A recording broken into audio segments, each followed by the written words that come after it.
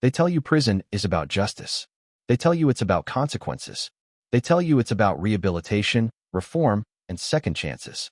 But none of those words survive once you pass through these gates. Because the moment the steel door closes behind you, the truth becomes impossible to ignore. This place was never designed to fix men. It was never meant to prepare them for life outside these walls. It was built for one purpose only, to wear men down until what they used to be no longer exists. This is not a mistake. This is not a flaw. This is not a system that failed. This is a system that works exactly as intended. Here, punishment is not loud. It doesn't always come with violence or chaos. It doesn't need to. This prison understands something far more effective than brute force. Control. Control over your body. Control over your time. Control over your thoughts. Control over how long you're allowed to sleep, speak, eat, stand, sit, or exist. From the first day, they don't attack your strength. They attack your identity. They strip you of your name and replace it with a number. They strip you of choice and replace it with routine. They strip you of privacy and replace it with constant observation. You are never truly alone, yet you are always isolated. Every movement is regulated. Every sound is monitored. Every moment reminds you that nothing here belongs to you, not even silence. The walls are not neutral. The corridors are not accidental. The lighting, the angles, the distance between cells, all of it was planned with precision. Long before the first inmate arrived, this prison had already decided how men would feel inside it. Confined, small, replaceable. This place doesn't need to shout. It whispers instead. It lets time do the damage. Days repeat themselves until they blur together. Weeks pass without memory. Years disappear without meaning. You stop marking time because time no longer feels like it belongs to you. Hope becomes dangerous here. Expectation becomes a liability. Emotion becomes weakness. Men learn quickly that survival means shutting parts of themselves down. Not because they want to, but because the environment demands it. Caring too much hurts. Remembering too clearly hurts. Holding on to who you were hurts. So you adapt. And adaptation is the real punishment. You stop reacting. You stop questioning. You stop imagining a future that feels real. Anger turns inward. Silence becomes normal. Numbness feels like relief. This prison doesn't break men all at once. That would be obvious. That would leave evidence. Instead, it erodes them slowly, methodically, day after day, until the damage feels natural. Until being less feels normal. Lights stay on just long enough to rob you of rest. Doors slam not for security, but for reminder. Boots echo through concrete hallways to reinforce who has power and who does not. Even the routines meant to create order are weapons, designed to remove spontaneity, individuality, and resistance. You eat when they tell you. You sleep when they allow it. You move when they command it. And over time, you stop asking why. Men enter this prison believing they will serve their sentence and leave changed. They don't realize that change was never the goal. Compliance was. Obedience was. Psychological erosion was. This place doesn't rehabilitate behavior. It conditions submission. By the time most inmates understand what's happening to them, the damage is already embedded deep inside their minds. The prison doesn't need to follow them because it has already moved in. And when they eventually walk back into the outside world, society looks at them differently. Employers don't trust them. Communities fear them. Families struggle to recognize them. People ask why they're distant, why they're unstable, why they seem disconnected. But no one asks what happened behind the walls. No one asks how a system designed to break men could ever expect them to return whole. This prison was never built to rehabilitate. It was built to control, to suppress, to erase. And once you understand how it really works, one thing becomes terrifyingly clear. The sentence doesn't end at release. It continues in silence, in memory, in instinct. Because some prisons don't just hold men. They remake them. And not everyone survives that process. Before we begin, tap like, leave a comment, and subscribe to the channel. Your support helps us uncover the darkest corners of the prison system. Now let's step inside. Most people believe prisons become brutal over time. That cruelty is the result of overcrowding, understaffing, or poor leadership. They imagine a system that slowly deteriorates, one bad decision at a time, until conditions spiral out of control. But that belief collapses the moment you begin to understand how this prison was actually built. Because this place did not drift into cruelty. It was planned. Long before the first inmate ever walked through its gates, before the first sentence was served, before the first door slammed shut, the philosophy behind this prison was already clear. This was never meant to be a place of transformation. It was meant to be a place of control. The design alone makes that obvious. From above, the structure looks rigid and deliberate.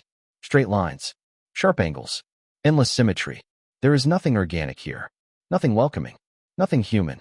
The architecture sends a message before a single word is spoken. You are entering a space where individuality does not exist. Every corridor is long, narrow, and intentionally disorienting. You are not meant to feel grounded here. You are meant to feel small, directionless, replaceable. The walls stretch forward with no visible end, creating the sensation that escape is not just impossible, but unimaginable. Cells are constructed to minimize movement and eliminate privacy. Space is calculated down to the inch, not for comfort, but for compliance. You can stand. You can sit. You can lie down. That is the full range of physical freedom allowed. Nothing more. The materials themselves are part of the punishment. Cold concrete that never warms. Steel surfaces that amplify sound. Doors that close with a weight and finality designed to resonate not just in your ears, but in your chest. Every sensory detail reinforces the same message. This place is not yours, and neither is your body. Light is controlled with precision. In some areas, it never fully turns off. In others, it barely exists at all. Natural sunlight is treated like a privilege instead of a necessity. Over time, men begin to lose their sense of day and night, their circadian rhythm slowly unraveling. Sleep becomes fragmented. Rest becomes shallow. Fatigue becomes permanent. This is not accidental. Studies have long shown how constant exposure to artificial light and disrupted sleep cycles weaken mental resilience. Anxiety increases. Emotional regulation declines. Judgment becomes impaired. The prison knows this. It relies on it. Noise is another weapon. Even in moments of silence, there is never true quiet. Ventilation systems hum. Distant doors slam. Footsteps echo through concrete hallways. Keys jingle. Voices carry. The soundscape is unpredictable by design, preventing the mind from fully relaxing. And when chaos does occur, it feels overwhelming. Shouting. Alarms. Orders barked through intercoms. The sudden eruption of noise reinforces a constant state of alertness. Men learn to stay on edge because the environment demands it. This prison does not need violence to dominate. It uses anticipation instead. Routine plays a critical role in this system. Every day follows the same rigid schedule. Wake-ups at the same hour. Counts at the same minute. Meals delivered at the same time, in the same portions, with the same indifference. Recreation periods timed and monitored. Lights controlled. Movement permitted only when authorized. At first, routine feels stabilizing. Predictable. Almost comforting. But over time, it becomes suffocating. Choice disappears. Spontaneity dies. Even minor decisions, when to walk, when to speak, when to eat, are no longer yours. The repetition erodes autonomy until obedience becomes instinct. Men stop asking questions not because they agree, but because resistance requires energy they no longer have. Language changes here too. You are no longer addressed as a person. You are referred to by a number, a housing unit, a classification. Paperwork reduces lives to codes and checkboxes. Conversations become transactional. Orders replace dialogue. This linguistic shift is subtle but powerful. When language removes humanity, behavior follows. Guards are trained not just to enforce rules, but to maintain distance. Emotional detachment is encouraged. Empathy is seen as weakness. Professionalism is defined by control, not connection. This creates an environment where suffering becomes normalized. Mental health struggles are often interpreted as behavioral problems. Emotional distress is labeled as noncompliance. Requests for help are filtered through layers of bureaucracy until urgency fades into paperwork. And so men learn to stay quiet. They internalize stress, suppress emotion, mask fear. Vulnerability becomes dangerous currency. Showing weakness invites scrutiny, punishment, or exploitation. The prison understands this psychology well. Isolation is one of its most effective tools. Whether through solitary confinement, restricted movement, or simply the absence of meaningful interaction, Isolation fractures the mind. Humans are social by nature. Deprived of connection, they begin to unravel. Thoughts loop. Memories distort. Perception shifts. Time loses shape. Men talk to themselves not out of madness, but out of survival. The longer they remain here, the more the outside world feels unreal. Relationships fade. Technology advances without them. Culture moves on. Families change. Children grow. Eventually, the prison becomes the most familiar reality they know. This is where the design reveals its true intention. A rehabilitative environment prepares people for reintegration. It builds skills, encourages responsibility, fosters self-reflection. It acknowledges harm while offering pathways forward. This prison does none of that. Instead, it conditions dependency on structure while stripping away independence. It enforces obedience without teaching self-regulation. It punishes behavior without addressing cause. The result is predictable. Men leave this place institutionalized, not restored. Conditioned, not healed. Emotionally guarded, not empowered. And yet, the system labels this outcome a success. Order is maintained. Rules are followed. Statistics look clean on paper. But beneath the surface, damage accumulates quietly, invisibly. This prison was never built to ask who a man could become. It was built to decide who he would stop being. And as Chapter 1 ends, one truth becomes impossible to ignore. When a system is designed around control instead of rehabilitation, the damage is not accidental. It is structural. It is intentional. And it begins the moment the gates close. In this prison, time is not a neutral concept. It is not something that simply passes while a sentence is served. Time here is engineered, manipulated, and weaponized. It is one of the most effective tools the system has, because unlike physical force, it leaves no visible marks. On the outside, time has meaning. It moves people forward. It marks growth, progress, aging, and change. Days lead to plans. Weeks lead to goals. Years lead to milestones. Even when life is difficult, time still carries the idea of movement. Inside this prison, that idea is deliberately destroyed. From the very beginning, inmates are cut off from any sense of forward momentum. The days are structured not to lead anywhere, but to loop endlessly back into themselves. Wake up, count, eat, wait, count again, lockdown, lights, silence, then repeat. Nothing builds toward anything else.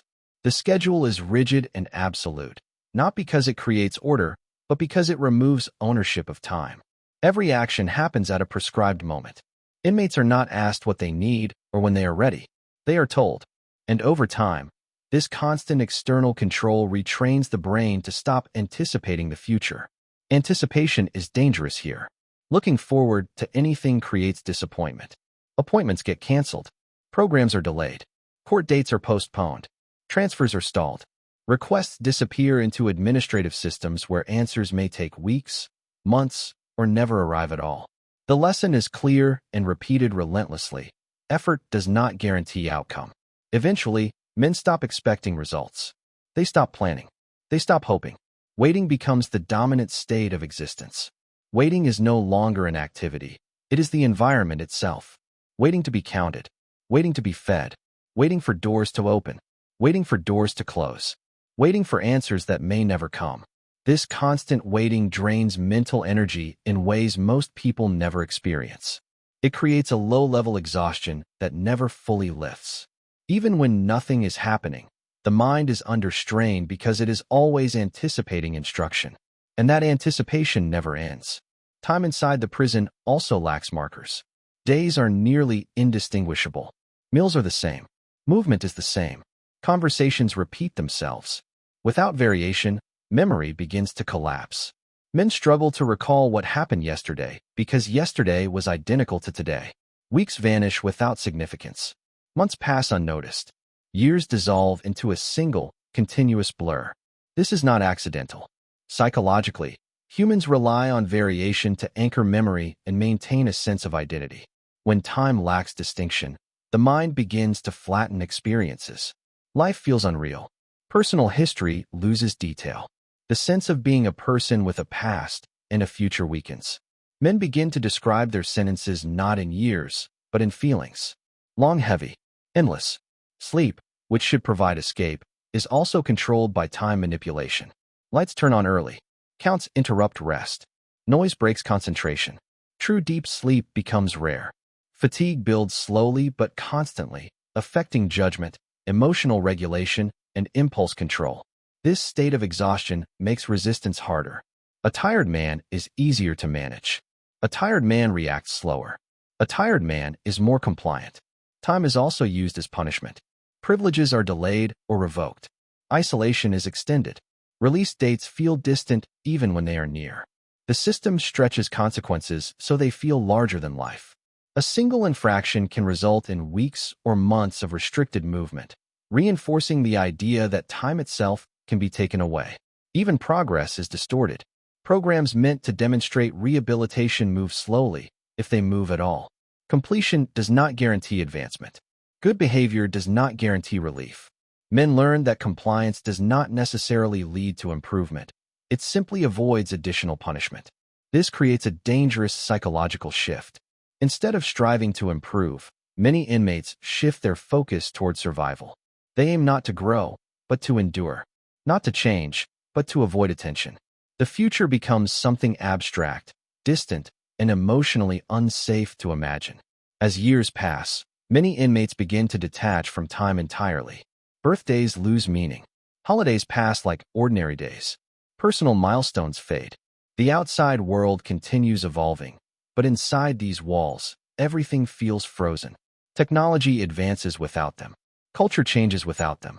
Family members age, move, and change roles. Children grow into strangers. Parents become old. Some die, and time does not stop for grief. There is no pause, no allowance for processing loss, no space to mourn properly. The schedule continues. The routine remains unchanged.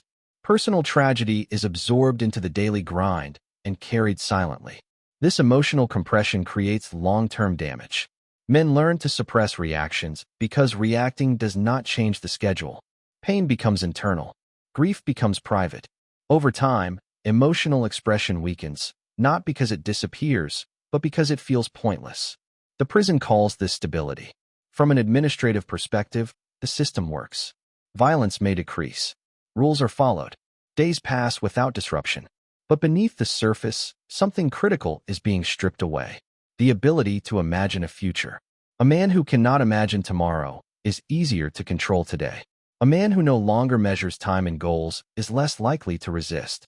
When time stops belonging to the individual, autonomy collapses. This is why release is so destabilizing. Men who have spent years inside this time structure often struggle when they return to the outside world. Suddenly, time requires decision-making again. Appointments must be kept. Responsibilities must be managed. Choices must be made without instruction. What once felt natural now feels overwhelming. The prison did not prepare them for freedom. It trained them for waiting. And that is the clearest evidence of intent. A rehabilitative system would teach men how to use time productively, how to plan, how to build structure internally. This prison does the opposite. It replaces internal structure with external control, then removes that control at release. The damage is predictable. The outcomes are documented. And yet, the system continues. Because time, used this way, is silent. It leaves no bruises. It creates no headlines. But it reshapes behavior just as effectively as force. In this prison, time is not something you serve. It is something that is used against you.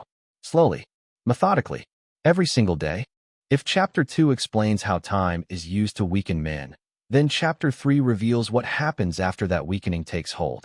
This is the stage where the prison no longer needs constant enforcement, because the environment has already done the work. Control becomes internal. Obedience becomes automatic. Resistance fades not because it is punished, but because it feels pointless. This is where men begin to break in ways that are difficult to see from the outside. The conditioning process is gradual. It does not rely on a single traumatic event. Instead, it depends on accumulation. Small restrictions layered over time. Minor humiliations repeated daily. Constant reminders of power delivered quietly, professionally, and without emotion. Men are taught very quickly what behaviors are rewarded and which ones bring consequences. Speaking up brings attention. Attention brings scrutiny. Scrutiny brings problems. Silence, on the other hand, brings predictability. Predictability feels safer. So men learn to regulate themselves. They learn how to walk without drawing notice, how to speak without sounding challenging, how to react without appearing emotional. This self-monitoring becomes constant. Even when no guard is present, behavior remains controlled. The prison no longer needs to watch closely because the inmates have learned to watch themselves. This is not discipline. It is conditioning. Over time, emotional range begins to shrink. Expressing frustration feels risky. Expressing sadness feels useless. Expressing anger feels dangerous. Men begin to flatten their reactions because strong emotions attract attention, and attention inside this environment often leads to loss. Loss of privileges, loss of movement, loss of relative comfort. The safest emotional state becomes neutrality. This emotional narrowing has consequences. When men stop expressing emotions externally, they do not disappear. They turn inward. Anxiety grows quietly. Anger simmers beneath the surface. Depression deepens unnoticed. The prison does not treat this as damage. It treats it as order. Rules reinforce this emotional suppression. Infractions are often subjective. Tone of voice, body language, perceived attitude. Men are disciplined not just for what they do, but for how they appear to feel while doing it. This uncertainty creates constant tension. Inmates never fully know where the line is. The safest approach becomes compliance without expression. Follow instructions. Ask no questions. React minimally. Over months and years, this becomes habit. The body adapts as well. Movements become slower and more deliberate. Posture stiffens. Eye contact is measured. The nervous system remains in a low-grade state of alertness, even during rest. This prolonged stress response has lasting effects. Sleep quality declines. Concentration weakens. Emotional regulation becomes harder. Small frustrations trigger disproportionate reactions, followed by guilt and withdrawal. The prison labels these reactions as behavioral problems. Men who struggle emotionally are often punished rather than supported. Requests for mental health care are delayed or dismissed. Isolation is used as management. Medication replaces conversation. Symptoms are managed, not causes. This sends another clear message. Internal struggle is not something to address. It is something to suppress. As this conditioning continues, many inmates begin to lose confidence in their own perceptions. They question whether their reactions are justified. They doubt their feelings. They learn to defer judgment to authority, even in matters of personal experience. This erosion of self-trust is one of the most damaging outcomes of institutional control. A man who no longer trusts his own instincts is easier to direct, easier to manage, easier to release back into society without preparation and then blame when he fails. Social dynamics inside the prison amplify this breakdown. Trust is limited.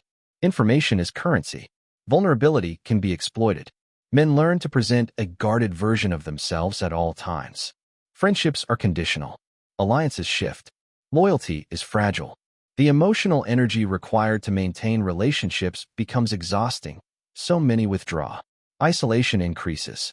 Without meaningful connection, self-reflection turns inward and often becomes distorted. Men replay mistakes repeatedly. Shame deepens. Identity collapses into the worst moment of their lives. The system reinforces this by defining inmates solely by their offenses. Context is removed. Complexity is ignored. A person becomes a case number tied to a crime. This simplification strips away humanity. A rehabilitative environment would challenge this reduction. It would help men understand behavior without erasing identity. This prison does the opposite. It narrows identity until nothing remains except compliance. By the time many inmates reach the later stages of their sentences, they are no longer actively resisting the environment. They are managing it, surviving it, existing within its rules with minimal friction. From the outside, this looks like success. There are fewer incidents, less disruption, more control. But inside, something critical has been lost. Curiosity fades. Ambition weakens. Personal vision disappears. Men stop imagining who they could become. They focus only on getting through the next day with the least amount of difficulty. This is not rehabilitation. This is endurance training. And endurance does not prepare men for freedom. When release approaches, many inmates feel fear rather than relief.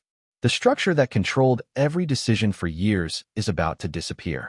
Suddenly, they will be expected to manage time, emotion, and responsibility on their own. But those skills were never developed here. They were suppressed.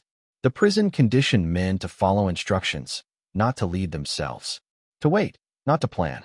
To comply, not to decide. The breaking point is not a moment of collapse. It is the quiet realization that the prison has reshaped how a man thinks, reacts, and exists. And that reshaping was not accidental. It was the result of design. This chapter makes one truth unavoidable. A system that prioritizes control over rehabilitation does not just punish men. It rewires them. And once that process is complete, the damage does not stay behind bars. It walks out with them. By the time a man reaches this stage inside the prison, something fundamental has shifted. The question is no longer how to change, improve, or prepare for life beyond the walls. The question becomes far simpler and far more dangerous.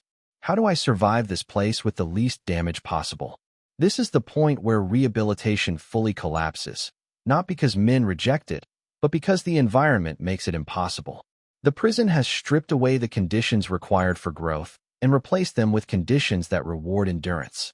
Survival becomes the primary skill. Every decision is filtered through one calculation. Will this make my time harder or easier? Moral reasoning takes a back seat to practicality. Long-term thinking is replaced by short-term risk management. Men learn to avoid trouble rather than understand themselves. This shift is not theoretical. It plays out daily in small, almost invisible choices. Do I speak up or stay quiet? Do I ask for help or endure silently? Do I challenge unfair treatment or accept it to avoid retaliation? Over time, the answer is almost always the same. Endure. The prison reinforces this mindset through consequences that are immediate and disproportionate. Small infractions carry heavy penalties. Minor conflicts escalate into extended lockdowns. One wrong interaction can result in weeks or months of restricted movement. Men learn quickly that justice inside the prison is not about fairness. It is about compliance. This creates a culture where responsibility is misunderstood. Instead of taking responsibility for personal growth, inmates are trained to take responsibility for maintaining order. Their value is measured not by insight or accountability, but by how little disruption they cause. Good behavior becomes synonymous with invisibility. Programs that claim to support rehabilitation often exist more on paper than in practice. Classes are overcrowded. Resources are limited. Access is inconsistent. Participation does not guarantee progress. Completion does not guarantee opportunity. Men are told they must demonstrate change, but the system provides few genuine pathways to achieve it. This contradiction creates frustration, then resignation. Why invest emotionally in programs that may be canceled without explanation? Why engage deeply when progress can be erased by a single infraction? Why open up when vulnerability can be used against you? So men disengage. They attend because attendance is required, not because the environment supports transformation. They say the right things. They follow the script. They learn the language of compliance without internal change. This is survival masquerading as rehabilitation. Inside the housing units, the survival mindset becomes even more pronounced. Hierarchies form. Informal rules emerge. Respect is negotiated carefully. Men learn when to speak and when silence is safer. Conflict avoidance becomes a daily strategy. This constant self-regulation is exhausting. It requires awareness at all times. A wrong look, a misunderstood comment, or a perceived slight can escalate quickly. Men live in a state of controlled tension, always alert, always calculating. This vigilance has a cost. The nervous system never fully relaxes. Stress hormones remain elevated. Emotional responses become blunt or explosive. Over time, the body adapts to threat as the default condition. The prison does not address this physiological strain. It benefits from it. A stressed population is easier to manage than an empowered one. Fear discourages organization. Exhaustion limits resistance. Survival thinking narrows perspective. As this mindset deepens, men begin to separate who they are from what they feel. Emotions are compartmentalized. Pain is postponed. Reflection is avoided because it opens wounds that cannot be treated here. This emotional postponement does not disappear with time. It accumulates. Men carry unresolved guilt, anger, grief, and regret without tools to process them. There is no safe space for honest reckoning. Accountability, when demanded, is punitive rather than constructive. The system demands acknowledgement of wrongdoing, but does not support understanding. As a result, many inmates internalize shame rather than responsibility. Shame does not lead to growth. It leads to withdrawal, defensiveness, and self-loathing. This psychological burden becomes heavier as release approaches. Paradoxically, the closer freedom gets, the more dangerous vulnerability feels. Men have spent years learning that openness invites harm. Now they are expected to re-enter a world that requires communication, trust, and emotional regulation. But those skills were not practiced here. They were discouraged. The prison environment rewards emotional numbness. The outside world punishes it. This disconnect is one of the most damaging outcomes of a system focused on survival rather than rehabilitation. When men are released, society expects immediate adjustment. They are expected to manage time, relationships, employment, and responsibility with little support. Failure is framed as personal weakness rather than predictable consequence. But the truth is uncomfortable. The prison trained them to survive captivity, not to live freely. Survival inside meant suppressing emotion. Freedom requires expressing it. Survival meant avoiding attention. Freedom requires initiative. Survival meant following rigid structure. Freedom requires self-direction. The skills are not transferable. This is why so many men struggle after release. This is why recidivism remains high. This is why cycles repeat. The system points to these failures as proof that rehabilitation does not work. But rehabilitation was never fully attempted. What was attempted was control. By prioritizing order over growth, compliance over understanding, and survival over self-development, the prison ensured that men would leave carrying the same unresolved issues they entered with, now compounded by years of institutional damage. This chapter exposes the central contradiction of the system. You cannot demand rehabilitation while designing an environment that punishes vulnerability, discourages reflection, and rewards emotional shutdown. You cannot break men down for years and then expect them to emerge whole. Survival is not rehabilitation. Endurance is not growth. And a prison designed to break men cannot claim surprise when broken men return to society unchanged. This is not failure by accident. It is failure by design. When the gates finally open, the prison insists its job is finished. The sentence has been served. The paperwork is complete. The responsibility, officially, has ended. But for the men walking out, the process is not over. In many ways, it is only beginning. Years inside this environment have reshaped how they think, react, and survive. Those changes do not disappear at release. They follow them, quietly, into the outside world. The first shock is freedom itself. On the surface, freedom looks simple. No bars, no counts, no locked doors. But freedom requires skills that were never developed inside the prison. Decision-making, time management, emotional regulation, trust, self-direction. Inside, every hour was scheduled. Every movement was controlled. Every choice was limited. Outside, choices are endless, unstructured, and unforgiving. What to do first? Where to go? Who to trust? How to respond? These decisions arrive immediately, without transition. Many men describe this moment not as relief, but as panic. Their nervous systems, conditioned for constant threat and surveillance, do not recognize safety. Loud noises trigger reactions. Crowds feel overwhelming. Open spaces feel exposed. Silence feels suspicious. The body remains in prison even when the man does not. Sleep becomes difficult. Hypervigilance persists. Emotional responses are either muted or explosive. Small stresses feel overwhelming because the coping mechanisms learned inside were designed for captivity, not freedom. Inside, silence was protection. Outside, silence creates isolation. Inside, emotional numbness reduced risk. Outside, it damages relationships. Inside, following orders ensured survival. Outside, waiting for instruction leads to failure. This disconnect is not a flaw in the individual. It is the predictable outcome of institutional conditioning. Employment highlights this damage quickly. Jobs require initiative, communication, flexibility, and emotional awareness. Men who spent years learning to avoid attention now struggle to assert themselves. Interviews feel threatening. Authority figures trigger defensive responses. Feedback feels like punishment rather than guidance. Mistakes are taken personally. Correction feels hostile. Anxiety rises. Many lose jobs not because they lack ability, but because they were never taught how to function in an environment built on autonomy instead of control. Relationships suffer even more. Families expect gratitude, warmth, and presence. Partners expect communication.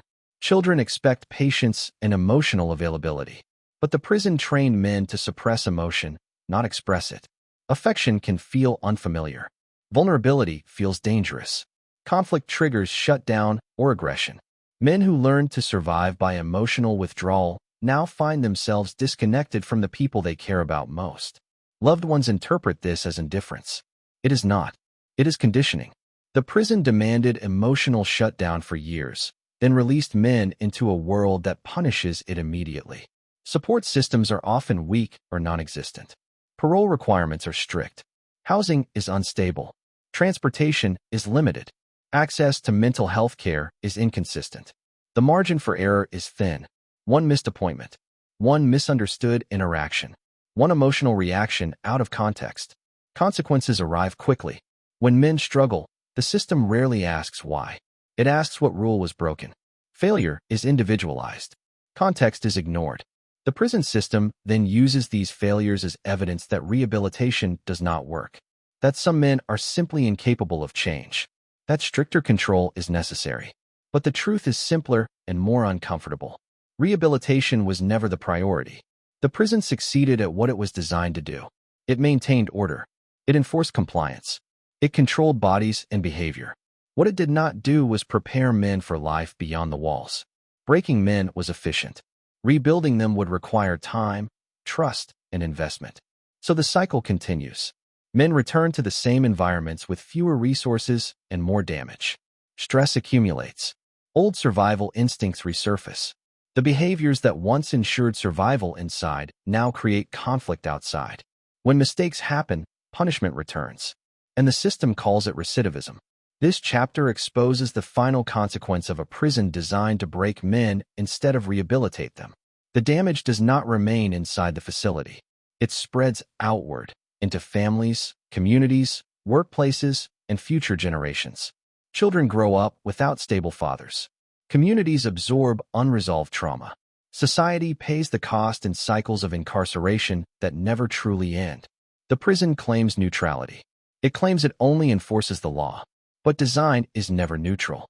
Environment shapes outcome. And outcomes have been clear for decades. A system that prioritizes control over healing produces controlled men who struggle when control is removed. A system that punishes vulnerability creates people unable to process pain. A system that breaks men cannot expect them to return whole. This is not a mystery. This is not accidental. This is not ignorance. It is a choice repeated every day. And until the design changes, the results will not.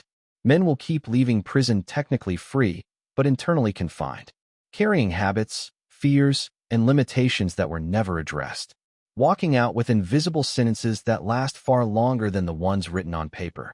This is the final truth of a prison built to break men. Release does not end the punishment. It simply relocates it.